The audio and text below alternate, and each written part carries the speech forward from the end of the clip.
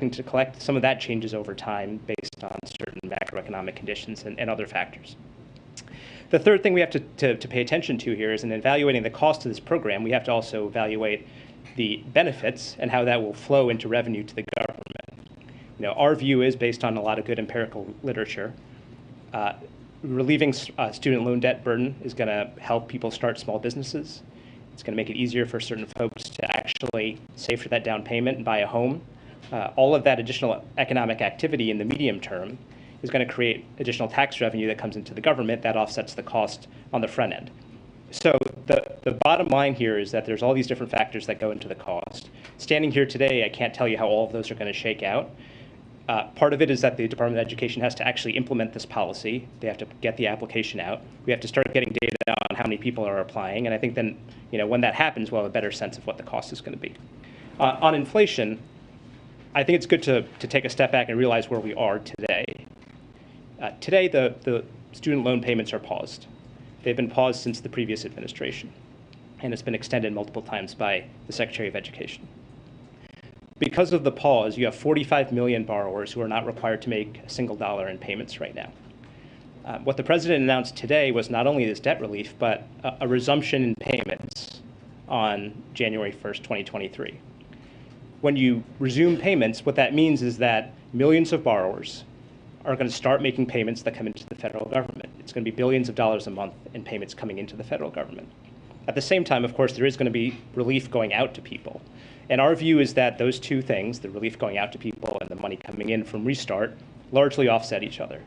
And we're not alone in thinking that. A number of independent experts who've weighed in on this topic today have said the exact same thing. Mark Zandi at Moody's said that, Mike Konzel at the Roosevelt Institute, and others that we can point you to. So our view is that these two will largely offset one another. And in fact, according to some independent experts, it could actually be deflationary given all the money that's coming in after payments resume. Can I just really quickly, though, how are you modeling assumptions about repayment with the same macro effects in terms of whether or not people are going to be prepared to repay, whether they're going to be repaying immediately when it actually happens? Like, how can you make that assumption if you can't make assumptions about even the uptake of the program? Well, I can tell you, in the pre-pandemic, pre-pause era, each month the Department of Education would collect about $6 billion worth of payments from borrowers. During the pause, believe it or not, a number of people are actually making payments voluntarily. And so we're actually collecting about $2 billion in payments. So that delta between what we would normally collect and what we're collecting now is about $4 billion a month. When we restart, the assumption would be that we would, roughly speaking, these are estimates, start collecting that $4 billion again, with a bit of a discount, because obviously certain borrowers are going to get relief, including some borrowers who are going to have their loans completely wiped out.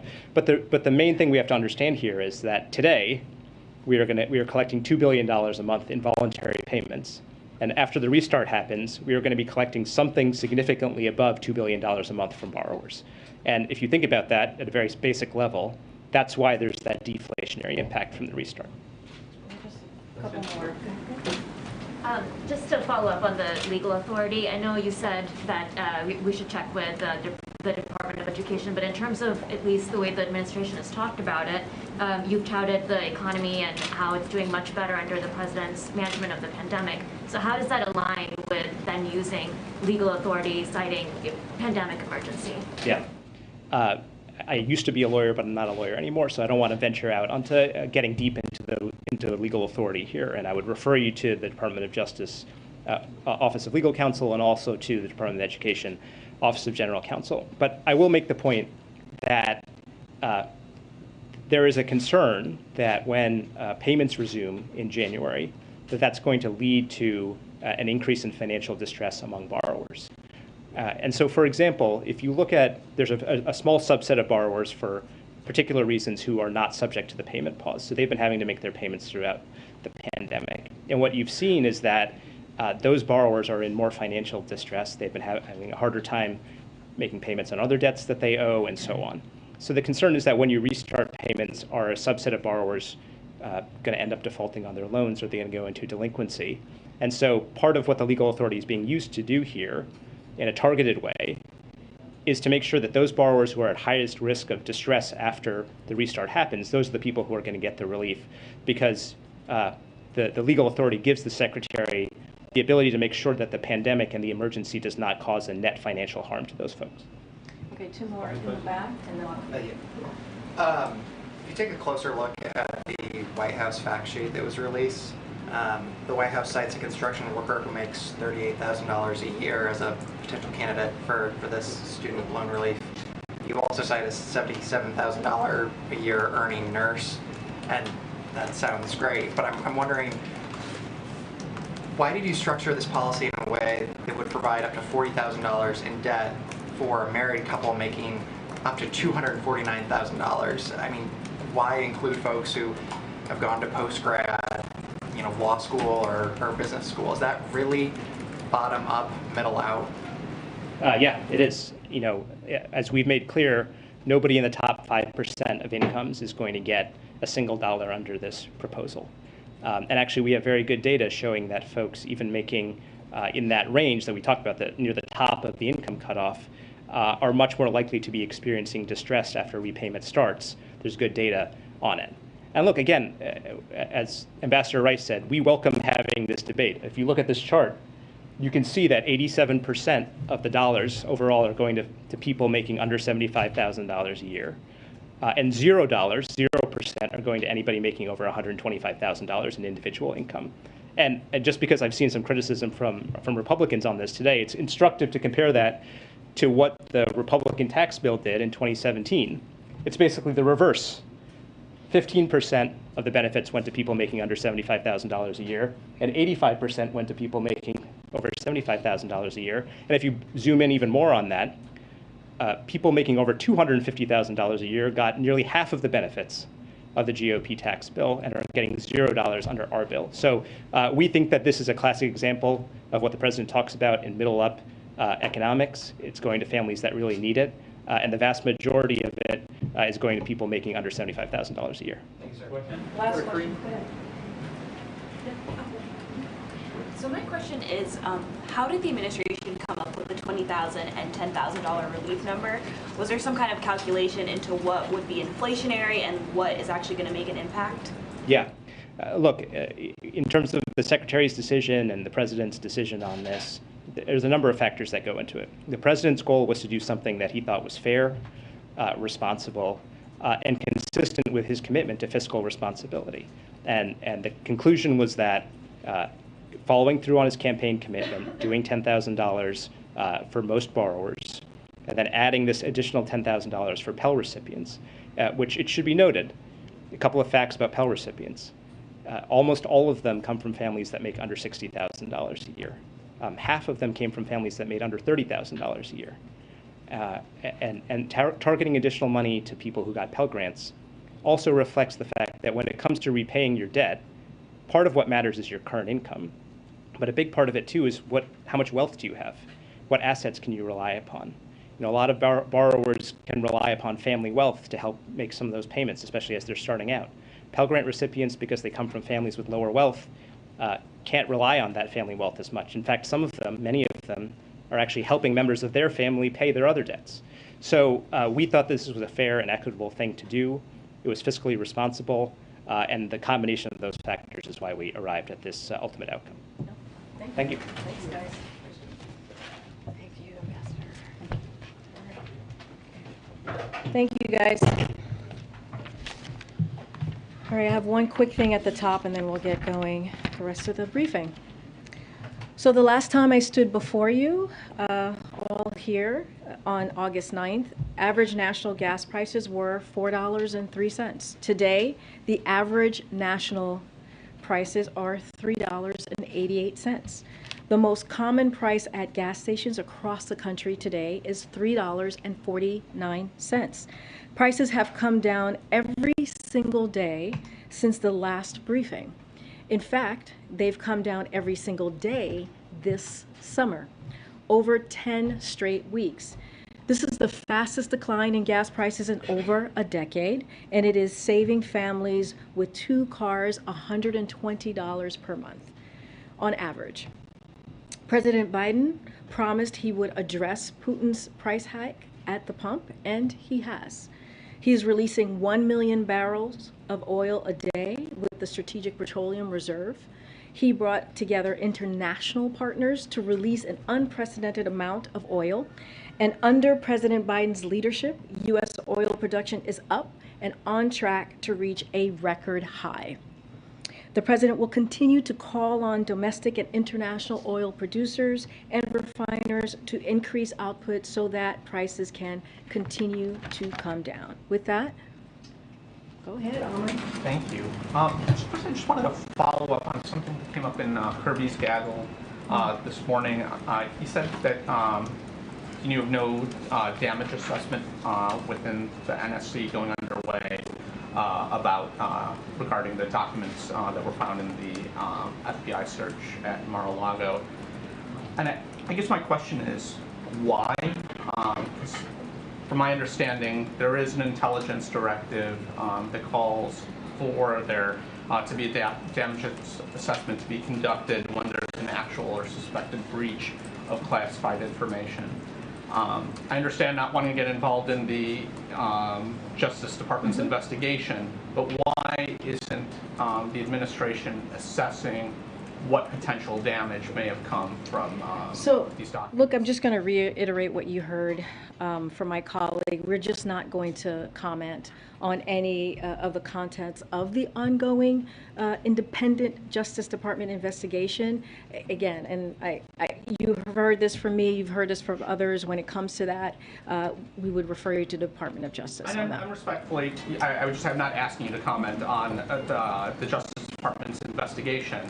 I'm asking you whether there is an assessment going on to just understand just what if any damage has been done to protect American national security. Yeah, and I am answering your question. When it comes to any underlying materials or any contents of the ongoing investigation, we are just, the independent Department of Justice investigation, we're just not going to comment on it. Follow up on that? And if I may, Utah just filed a lawsuit over the president's decision to reinstate the boundaries of the Bears Ears and Grand Staircase national monuments. Does the administration have any reaction to this lawsuit? No, I'm not going to comment on the lawsuit from here. Okay. Does the Biden White House believe it's ethical to raid the home of the top political opponent? I just wanted to ask about the airstrikes ordered by the president against Iranian-backed groups in Syria yesterday, and what impact, if any, that would have on Iranian nuclear negotiations. Yeah. So the Syria. As you heard from Sitcom today, these strikes were a direct response to attacks on ongoing threats against U.S. forces. So we do not seek escalation, as you heard from Sitcom, but we remain prepared to respond to any ongoing threat. So I just want to say that at the top, we took this action because the president determined it was in our national security interest to do so. He will continue to closely monitor the situation with his national security team. So that is something that we're going to continue to do. As it relates to the JCPOA, to your question, the president said this, that his pledge to prevent Iran from acquiring a nuclear weapon. He wants to prevent that. That has been his pledge from the beginning. A nuclear-armed Iran would serve as an even greater threat to U.S. forces, friends, and allies in the region. The president will use whatever means are necessary to prevent Iran from acquiring a nuclear weapon. The preferred course, of course, you've heard us say this from this podium many times. You've heard us say this, the president say this, is diplomacy. But it remains to be seen whether a deal is actually achievable. But that's what we're going to work towards, a diplomacy effort. Whether or not there is a deal, the president's commitment to protect U.S. personnel and confront Iran's activities that jeopardize our people or our friends in the region is unwavering. And the nuclear deal has nothing to do with our readiness and ability to defend our people and our interests. And that's going to be the president's primary focus. A quick one on Ukraine. The most recently announced weapons package, I understand that those weapons have to be built. They're not in a stockpile already. what is the range, therefore, in kind of estimated time they could actually be delivered to Ukraine? No, it's a great question. I think what you saw us announce, the $3 billion from folks who are not tracking, which a new package, which is the largest one at once trench that we've announced from this administration. We've have announced approximately $13.6 billion, just to give a little bit of context there, of security assistance for Ukraine since the beginning of this administration back in January of 2021, an unprecedented amount that is roughly 3 times what Ukraine's annual military budget is. But so to your point, this is through the Ukrainian security assistance.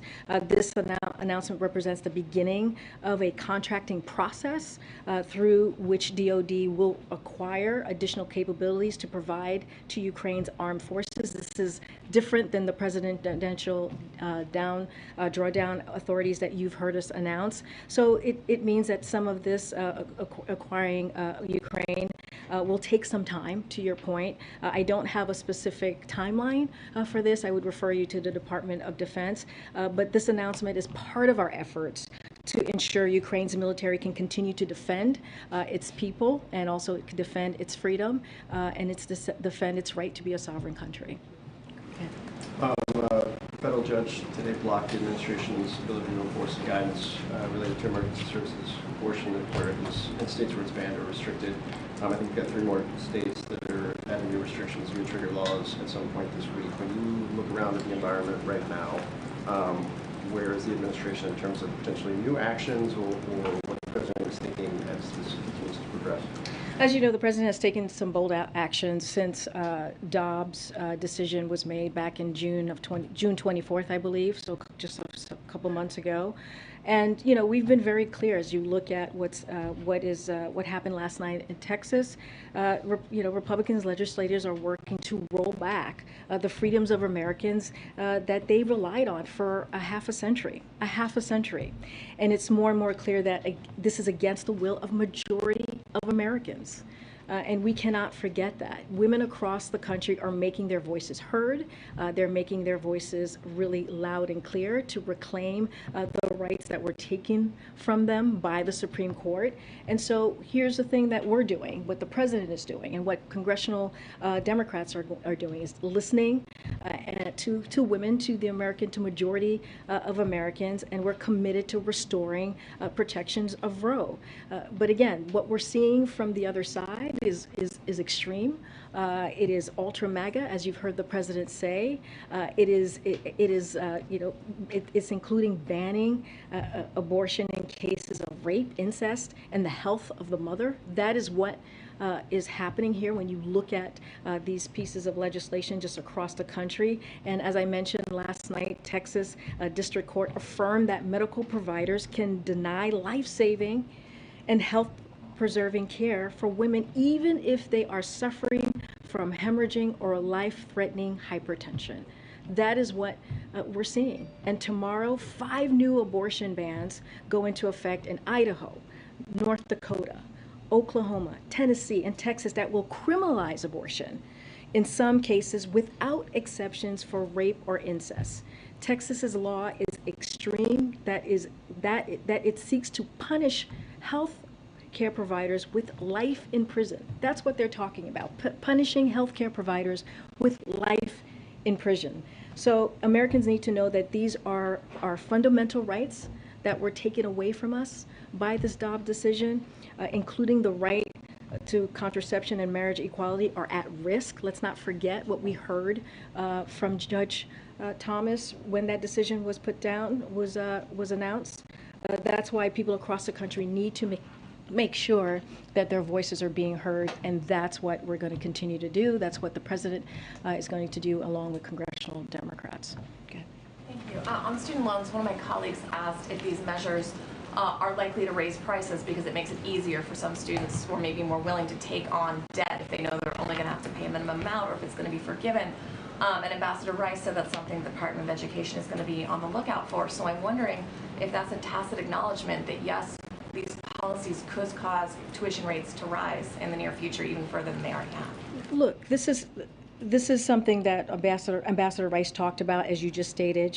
She was asked this question a couple of times, and she said, we have to see, right? We have to see. This is something that the Department of Education is going to look into, in particular with when you talk about colleges potentially raising prices. That's something that the Department of Education is looking at and is going to crack down on. But it seems like it's something you're preparing for, right? Well, I mean, look, this is something that the Department of Education is aware of. This is something that we're monitoring, but it doesn't take away from what this means, from what the president announced today. This is going to help people making less than $125,000. That matters. This is going to help 90% of what the president announced, of this package that the president announced, is going to help Americans, middle-class Americans who are making less than $75,000 a year. This is giving those Americans a little bit of breathing room. Let's not forget what has happened the last couple of years. If you think about the pandemic, if you think about how people are still recovering from the pandemic, we're trying to make sure that people still have a little bit of breathing room, especially as the pause is going to be lifted, as the president announced, as you heard from the ambassador at the end of this year. So we want to make sure, again, that we are focused on the middle class, that we are focused on the economy, helping folks from the bottom up and the middle out. This has been part of the president's economic policy. If you look just across the board, the American Rescue Plan, if you look at the bipartisan infrastructure law, if you look at what we've done these past several weeks with Democrats in Congress, the Inflation Reduction Act, all of this is part of making sure that we don't leave people behind, people who have been left behind for generations. So that's our focus. In the thought process, tackle what you can address now, and if that causes college to be more expensive in the future, that's something you'll address later. Look, this is something that the Department of Education is going to be zero focused on, laser focused on, and make sure that we crack down on those particular issues that particular issue that you just brought up. But again, this is a big deal. What's happening? This is a big deal for so many Americans who go into debt because they're not able because they have to pay these loans. And so this, again, will give them a little bit more of breathing room, which is something that you hear from the president every time he talks about the economy and what his focus is on. On that note, though, I guess what prevents the cycle of debt from continuing? Because there will be students, no doubt, this coming year who are going to take on more loans. And I guess I'm still confused as to how the cycle of debt is really broken. I mean, when you think about, and this was in our fact sheets, which I think is really important to state, is how much relief this will provide to 43 million borrowers, including canceling full remaining balance for roughly 20 million borrowers. Like, that matters. That matters to borrowers and their family. Who are in high school right now going in, it's sort of like no solutions for them. Well, look, I think what you're talking about, the future, is that what you're talking about? You're talking about, okay.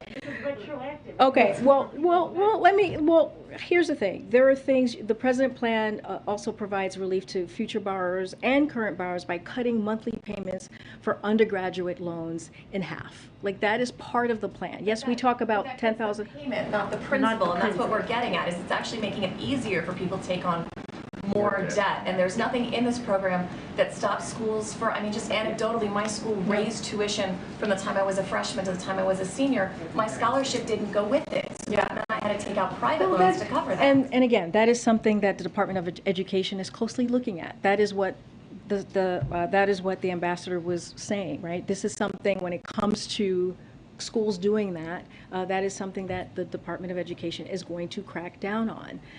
So again, we'll refer you to them. That is clearly something that we are monitoring and is important as well. Make a very good point. It is not lost on us. Again, Department of Education, I'm just going to repeat what the ambassador said, is looking into that. They're monitoring that.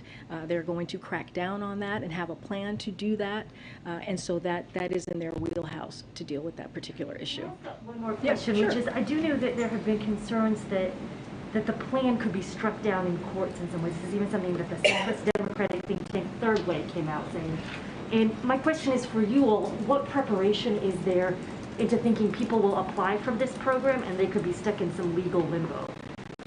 Well, look, and Ambassador Rice talked about this, that this is what the legal authority that we took is pretty much consistent with the HEROES Act, right, which is what she talked about, which authorizes the Secretary of Education to take certain actions.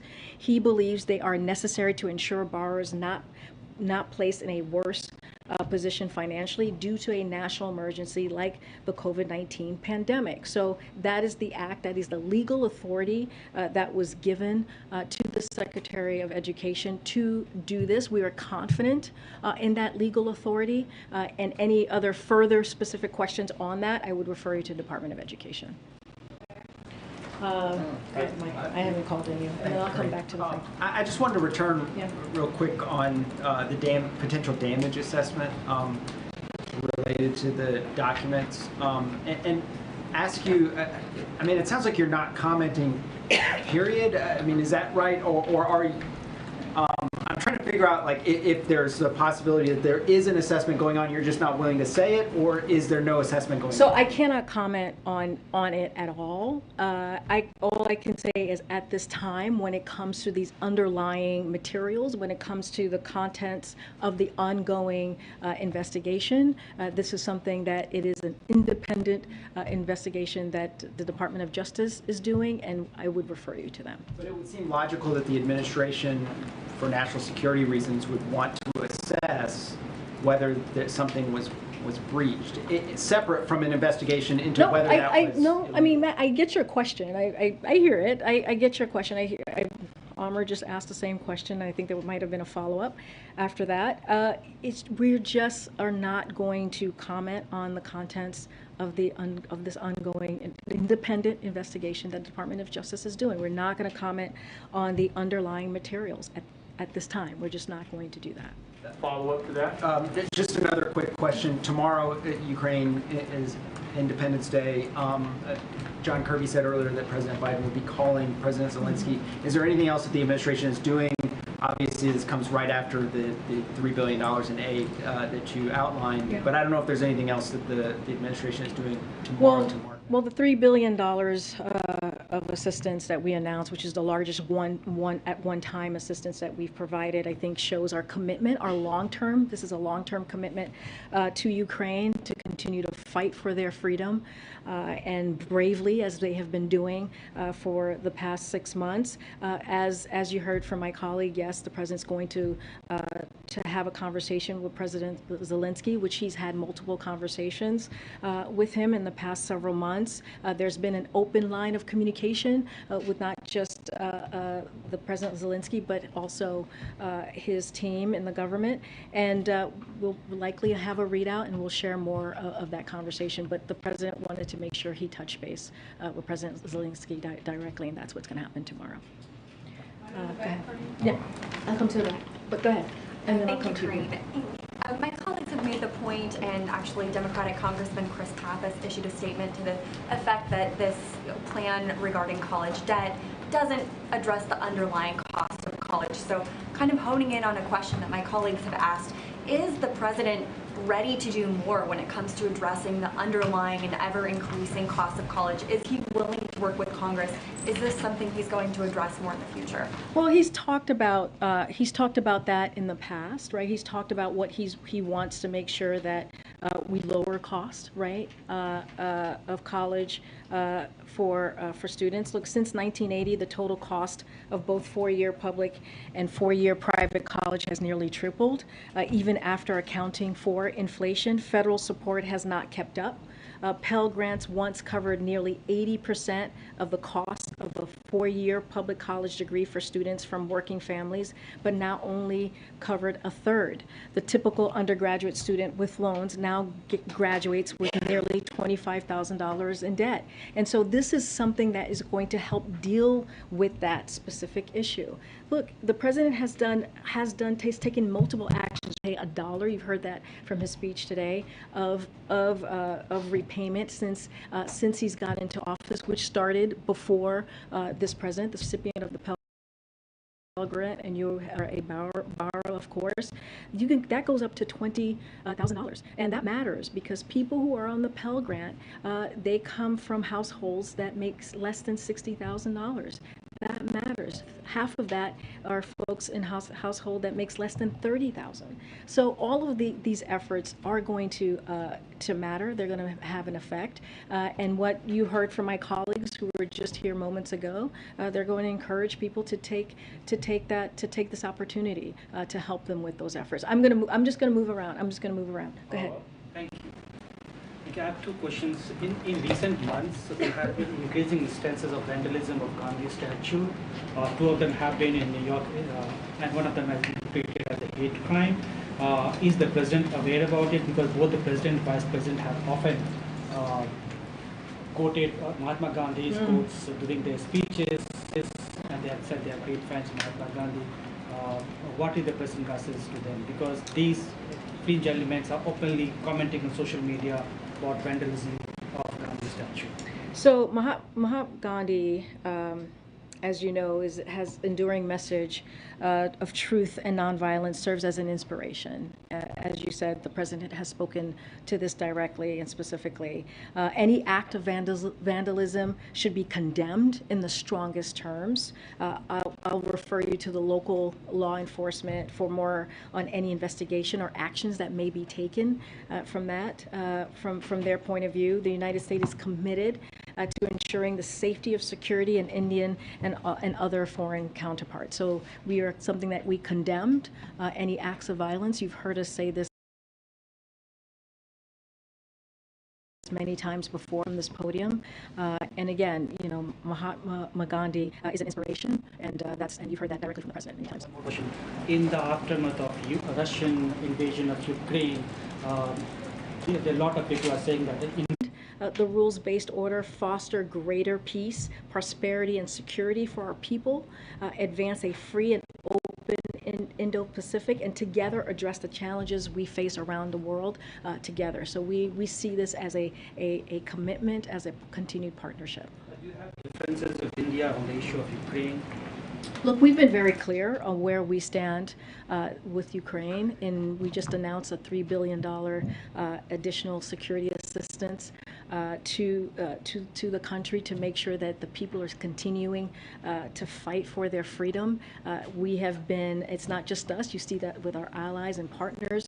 You see a very unified NATO and they are unified because of the leadership of this president. You're seeing that NATO is going to expand by 2 more countries. So this shows the strength in the West and how much we have come together in supporting Ukraine. And so we've been very clear on where we stand. It is important to make sure that when a country is fighting for their freedom, fighting for their democracy, for their sovereignty, that we support that. Okay. Thanks, Karine. About the student loans, how can the country afford such a massive handout? Yeah, well, you know, Ambassador Rice said that she's happy to have that discussion. I'm happy to have this discussion as well. Look, if you look at what this president has done, if you look at the end of this coming end of the fiscal year, $1.7 trillion that we have brought down the deficit. That matters. That matters. And if you look at the Inflation Reduction Act, it's going to add another $300 billion, is going to bring down the deficit again. And you might spend $300 to $900 billion extra, so you can do that and not but here's the thing. deficit. Here's the thing. What we are trying to do here, we are doing this responsibly. You heard directly from the president. This is something that is going to be important for middle-class Americans. When you think about 90% of the folks who are going to actually benefit from this are making $75,000 or less, and you think about what Republicans did just a couple of years ago, they signed off on a $2 trillion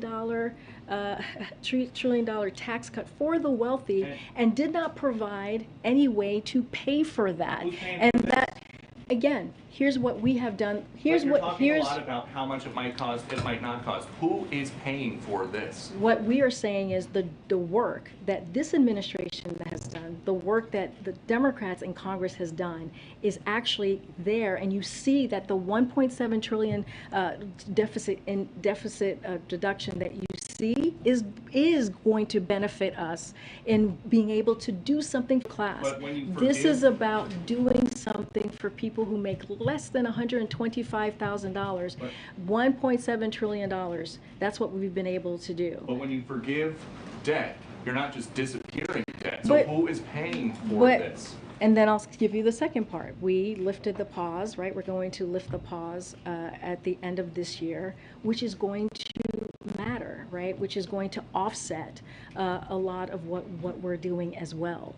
When you think about the $4 billion that's going to go back into as revenue back into this process of folks paying right their college tuition, that matters as well. So we are doing this in a smart way. We're doing this in a way that's going to be effective.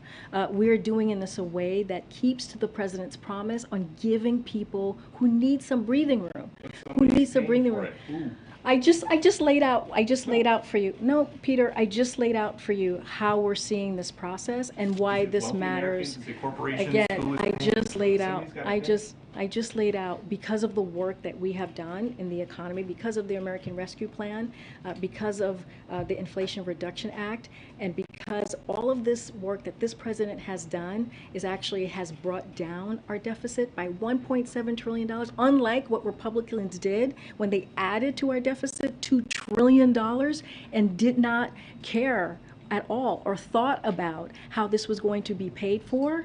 They did not actually put in a process or think about how we're going to do this in a smart way. This is not how this administration is doing it. Again, we are happy to continue to have this conversation, but I'm going to move around. Go ahead, April. Karine, I'm sorry, she said April.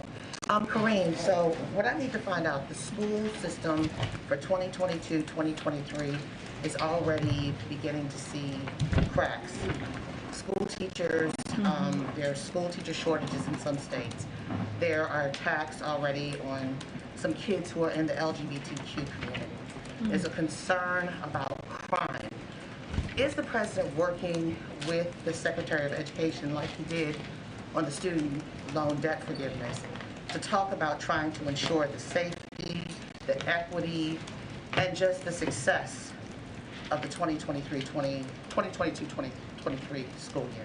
Yeah, this is something that the Secretary has talked about, Secretary Cardona specifically. He's been on a few networks and was asked recently, I believe this past Sunday, some Sunday shows, and asked about the upcoming school year, was asked about the teachers, was asked about the equity piece.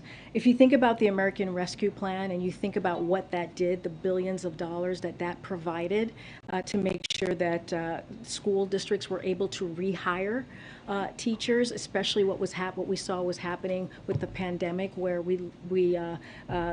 teachers left the field, where we saw schools shut down because of the pandemic, and because of the work that this president did, because of the work that congressional Democrats did, we were able to get those schools open. Jurisdictions and school districts were able to hire teachers, and that matters. That is important. We're continuing. You've heard this from Secretary Cardona. He's going to continue to work with local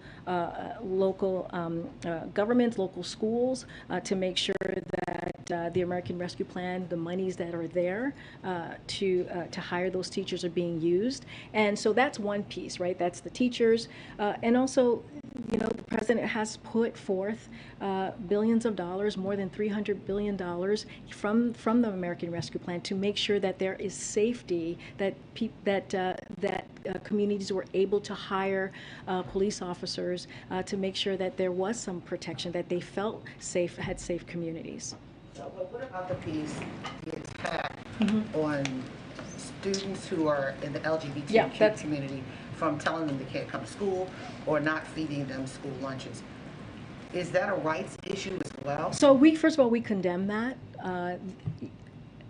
You know this president. You know how this president feels about inequities how he's been very clear about making sure that we protect young people, especially in the LGBTQ community. We have spoken out about that many times.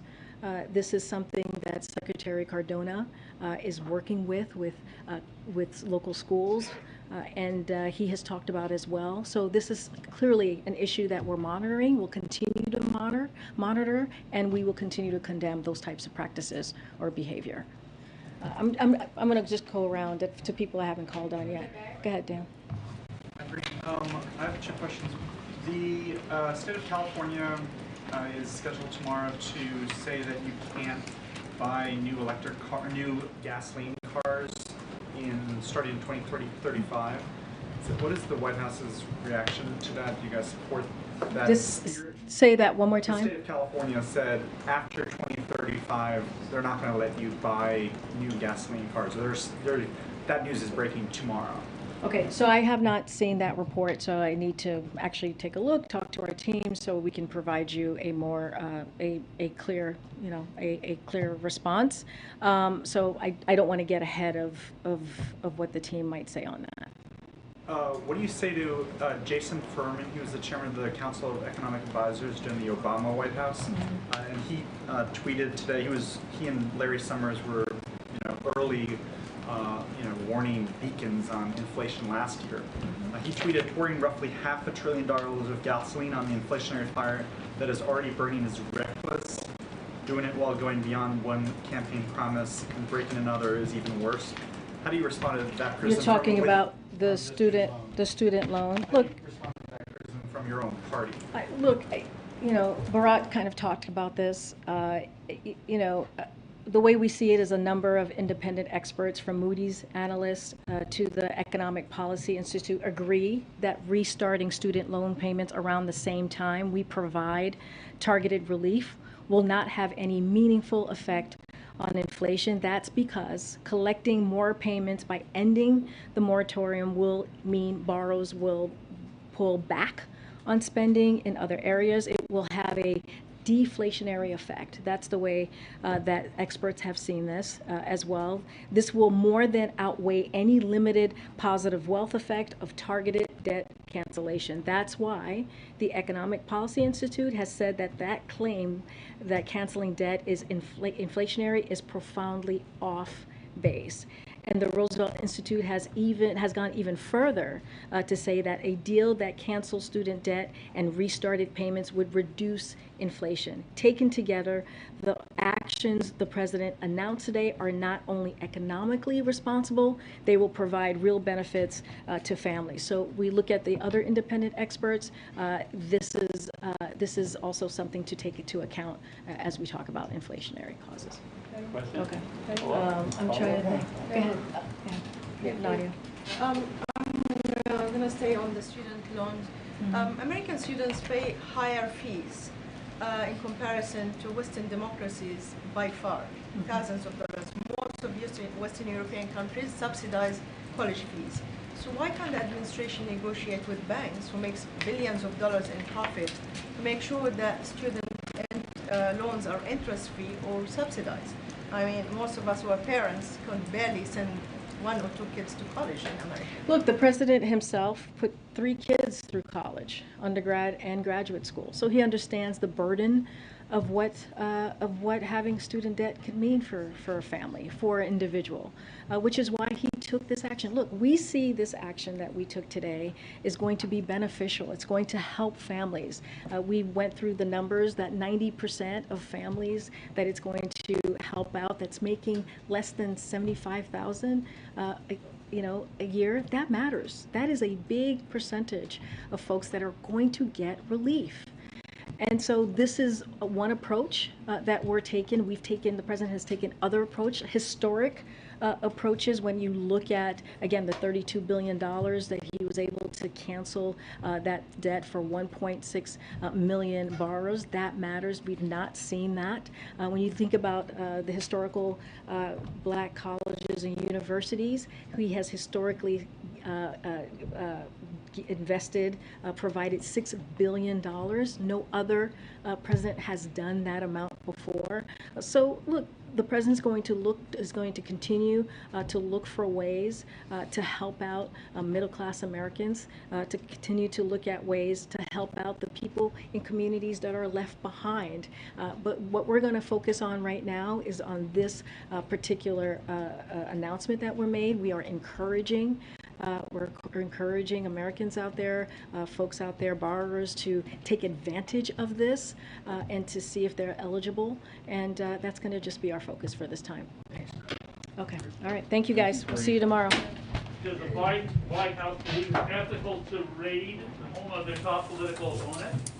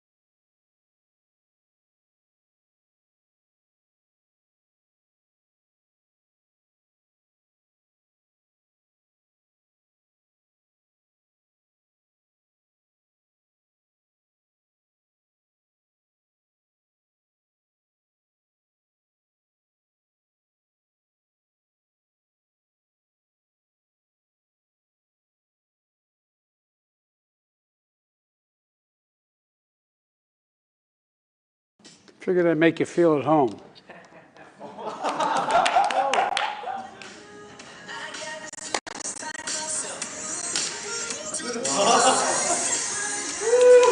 guys are good at this, huh?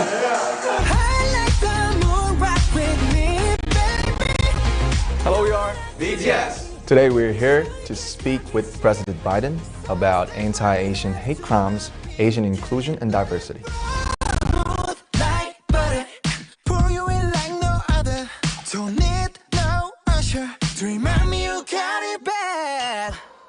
Hi guys, we come out and say hello. Nice to meet you, Nice to Karine. meet you. Nice to meet you. So we're gonna go just out of this door. Hi, we're BTS, and it is a great honor to be invited to the White House today to discuss the important issues of anti-Asian hate crimes, Asian inclusion, and diversity. 최근 아시아계를 대상으로 한 많은 증오 범죄에 굉장히 놀랍고 또 마음이 안 좋았는데요. 이런 일이 근절되는데 조금이라도 도움이 되고자 오늘 이 자리를 빌어 목소리를 내고자 합니다.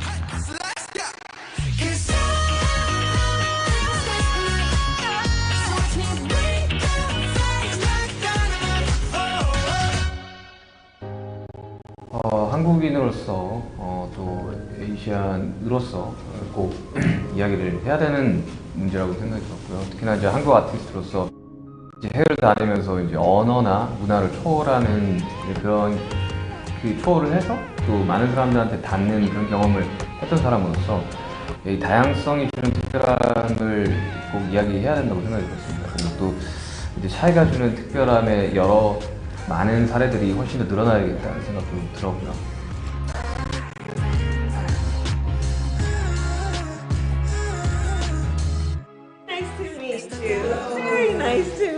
meet How you. are you? Very good.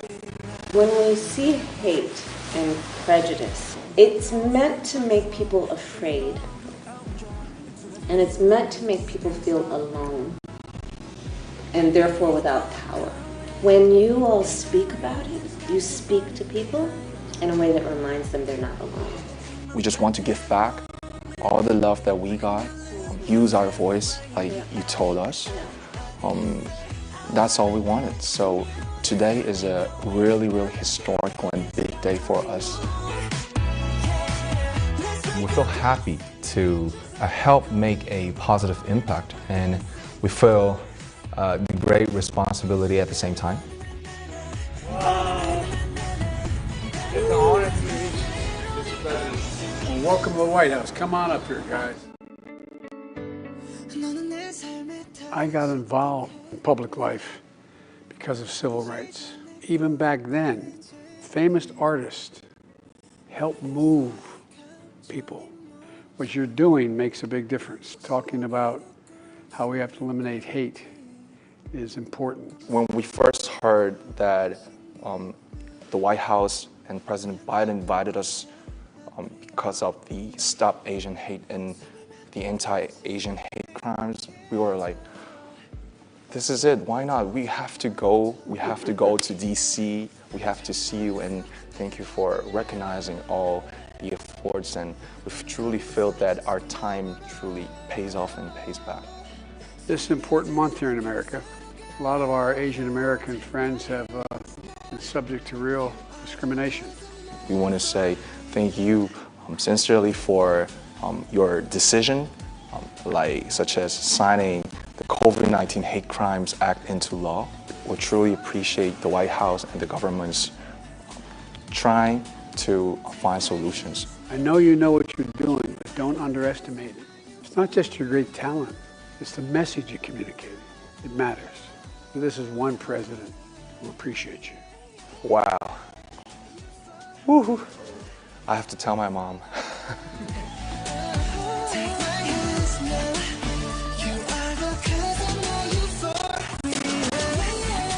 Lastly, we thank President Biden and the White House for giving this important opportunity to speak about the important causes, remind ourselves of what we can do as artists.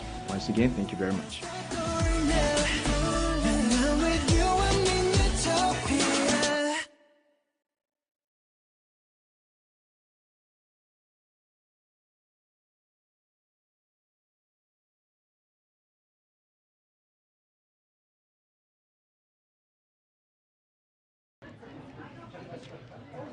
Oh, wow. Hello, everybody. Good afternoon. So much excitement. I know it's the Fed chair meeting, right? I know.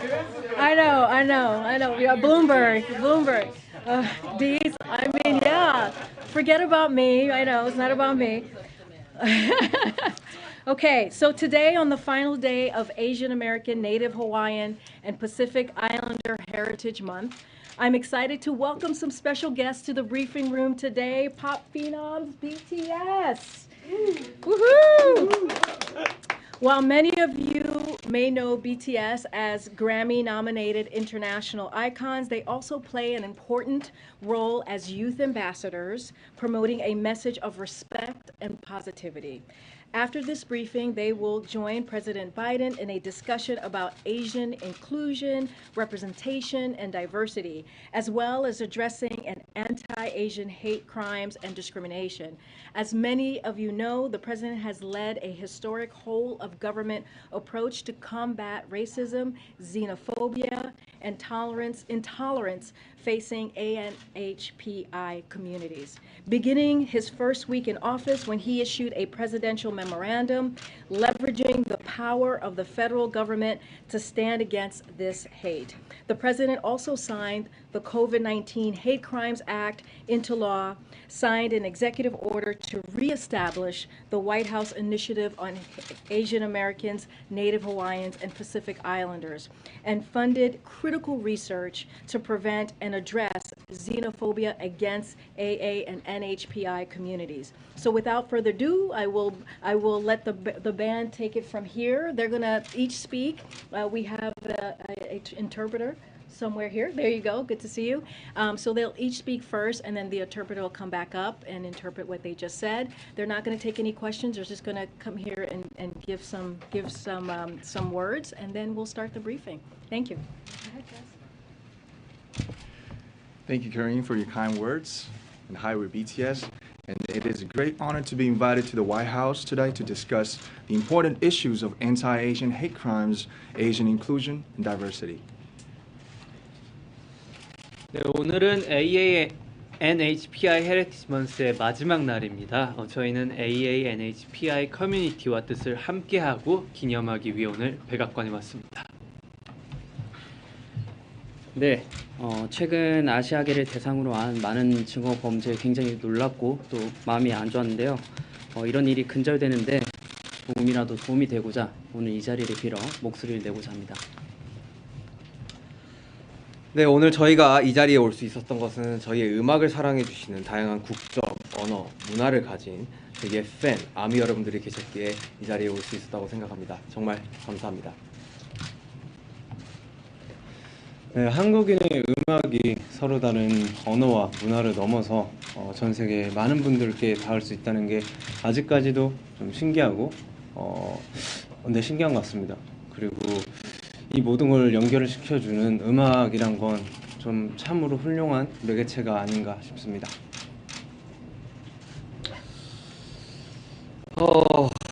나와 다르다고 그것은 잘못된 일이 아닙니다. 옳고 그름이 아닌 다름을 인정하는 것으로부터 평등은 시작된다고 생각합니다.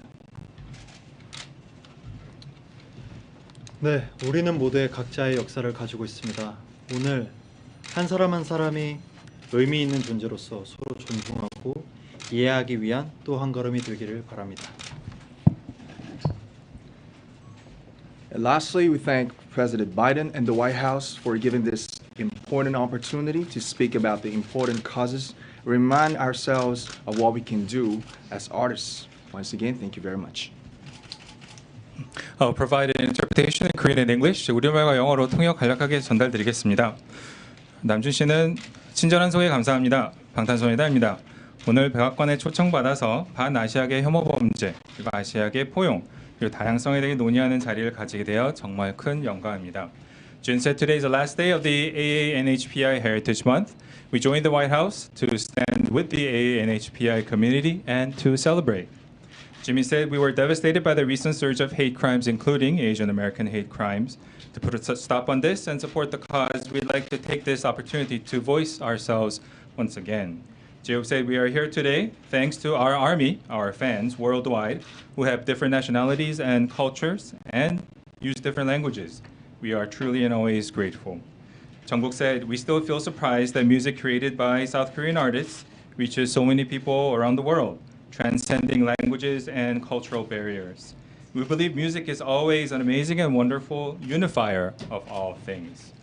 Shiga said it's not wrong to be different. I think equality begins when we open up and embrace all of our differences. V said everyone has their own history.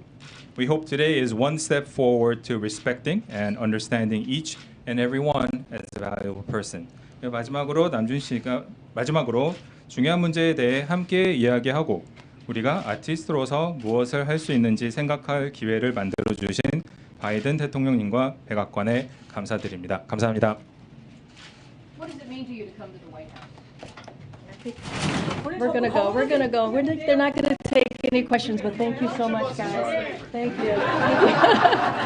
Thank you, guys. Thank you. Thank you. We're sorry. Thank you.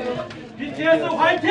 감사합니다. Thank you, guys. Thank you. Oh. All right. Okay. Yeah. Brian, I don't know how you're gonna. Okay. I don't know. I'm excited to hear what Brian has to say. Okay. Next up, we have Brian Deese, our National Economic Director of National Economic Council, who just came out of the meeting with the President and the Fed Chair and Secretary Yellen, and so he is joining us today. So thank you, Brian, for making the time. Okay.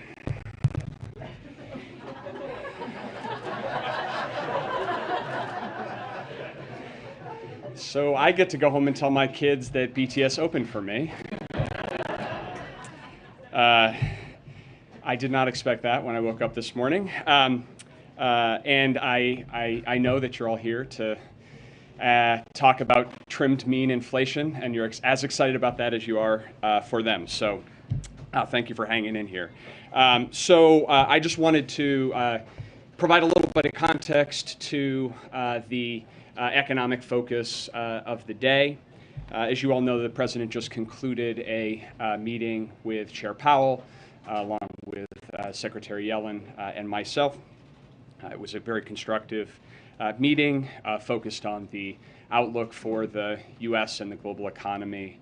And I won't go into detail of the private meeting other than to reinforce that the President underscored to Chair Powell in the meeting what he has underscored consistently, including today, that he respects the independence of the Federal Reserve and will provide the Federal Reserve the space and the independence that it needs to tackle inflation. Also today, the President published a op-ed in the Wall Street Journal, and I will just give you a little bit of context for that piece and how we are thinking about economic priorities here. So 4 quick points.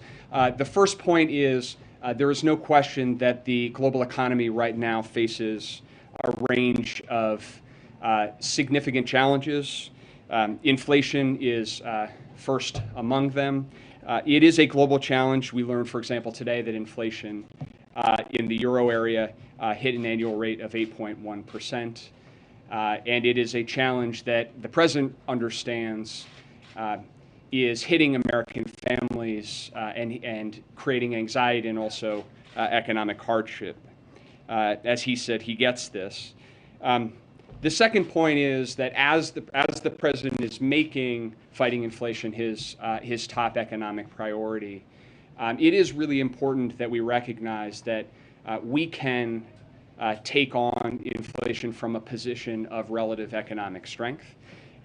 That is true if we look in the global context. Few countries are better positioned than the United States to make this transition and navigate this transition that the President talked about today from historically strong recovery to more stable, resilient growth. If you look, the reason why we have those economic strengths is the strength of our recovery, the historically unique strength of our recovery. At the center of that is the labor market. You all know the statistics. I won't belabor them, but suffice it to say we have the strongest labor market in modern history, which is not only creating job opportunities to move into new careers with better pay for millions of Americans, but it is also pulling more people into the labor force. And in fact, we've seen the most rapid labor force participation rebound among prime age workers of any of the last 4 recoveries. And we're also seeing that in terms of the strength of household balance sheets as well. Savings is up, debt is down, bankruptcy filings remain near pre-pandemic lows. Eviction filings are 30% below their pre-pandemic levels. All of these are sources of economic strength from which we can now focus on bringing prices down. The third point, this was an important piece of this, which is that the President's talking about this transition and growth. As we move through this transition, our economic growth should look different than it has in the historic recovery phase. We've run this first leg of the race at a very rapid clip. That has put us in this strong position relative to our peers. But this is a marathon, and we have to move and shift to stable, resilient growth. And that's why the President's outlining the plan that he wrote about today, which is something that he has been focused on here for some time now. Core to that are the 3 elements that he flagged. The first is nominating quality people to the Federal Reserve. He has done that. He got an opportunity to speak with Chair Powell today. Strong, incredibly credentialed bipartisan group, and we are hopeful that the Senate will move to confirm the last of his nominees, Michael Barr, without delay, and giving the Fed the independence to operate, which is critically important, particularly at a moment where inflation is elevated, but cannot be taken for granted, which is why the President is reinforcing it publicly today. Second is lowering costs. How can we make things more affordable for typical families during this transition period? And the third is lowering the federal deficit, which will help to ease price pressures in the economy. That is, on those second and third, that is the focus, the President's economic focus, the focus of our economic team. Many things, many of the steps therein are things that we can do on our own with executive action. There are also places where we need Congress's help and to work with Congress. But that is our overarching focus when it comes to the economy right now. So that is the context I want to provide. Happy to do whatever Karine tells me to do. Brian, one thing that one trade-off to cutting or fighting inflation may be in changing up the unemployment levels. What level of increase in unemployment the White House sees is acceptable in order to obtain lower inflation? Well, I think that one of the things about this transition, and we are in this transition, one of the things about having the strength of the labor market recovery that we have had to date is that we are uniquely well positioned to actually move toward more stable labor market gains or gains more consistent with periods where we have had this level of unemployment in the past. And we can actually take on inflation without having to sacrifice all of those gains. And so you see that, for example, in the high rate of available jobs per worker. That can, and you've seen that start to moderate somewhat. So one of the ways that, for example, businesses can reduce their demand if that is necessary is to bring down the number of open jobs they have available. But that is, I think that the bottom line is we have a very strong labor market, and that is not only a source of strength for millions of people who are getting jobs or getting jobs at higher wages. It has helped to strengthen household and family balance sheets as well. So part of the reason why we have seen savings elevated and we have seen credit card payments and other debt service payments come down to historically low levels is because of the strength of the labor market. So that positions us relatively well going into this period of transition. Just one follow-up. The President emphasized, and you just emphasized, his respect for the Fed's independence. Is he happy with what the Fed is doing? Consistent with respecting their independence.